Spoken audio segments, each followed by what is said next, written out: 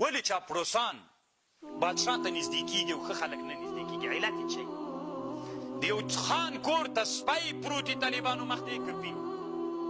سپی یو عادت لري طالبانو، په لږ شي راضي کېږي او پیک په لږ شي نه راضي کېږي. سپي ته چې وچ هډوکی واچوي هم ډېر خوشحاله وي. پیل ته وایي چې خوراک واچوي، واښه ورته واچوي تر څو یې خوري هم نه چې د سین لاس دې کش نه کړي، داسې به یې وننازوي که نه. سپی ځکه په لږ شي راضي کېږي.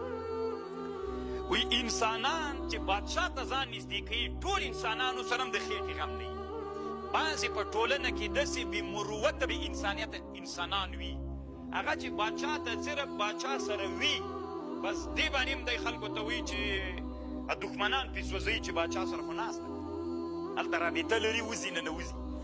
اما کوم سړی چې د رتبې والا سړی وي، د رتبې والا سړی بیا څه وایي چې نه، زه په لږ شي نه راضي کېږم، ما کې مروت و انسانیت ده، د ما د انسانیت چې کومه تقاضا ده بیا دغه ما سره وکړي، پوره خوراک راکې او بیا مې ومنازئ.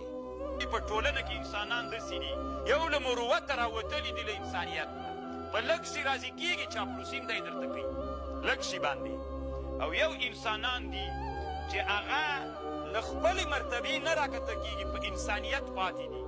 نو چې په انسانیت پاتې سول دا انسانان، نو چې خوراک وراچوي بس مسه چېرته درته کوي، بیخي ځان هم نه در باندې پوه کوي. دا د ما حق ده، زنګ په خوند به یې راکوي، دا د ما حق ده. ها اوس طالبانو بادشاه کوم سړی غواړي چې ده ته نږدې سي، چې شی ورکړي او چاپلوسي ورته کړي او لږ شي باندې هم راضي کېږي. او یو داسې سړی وي چې شی ورکوي، بادشاه نه مننه نه کوي، ته به د ما نه مننه کوې، لکه ته چې ما ته کوم شی راکوې، دا د ما تقاضا هم دومره ده، همدومره غټ یم، همدومره شی به راکوې، څه احسان را باندې بارې. نو بادشاه د سړي سره ورانه کوي که نه، وي غټې وایي ډېر شی غواړي، نو خو یې د تقاضا هم دومره غټه ده.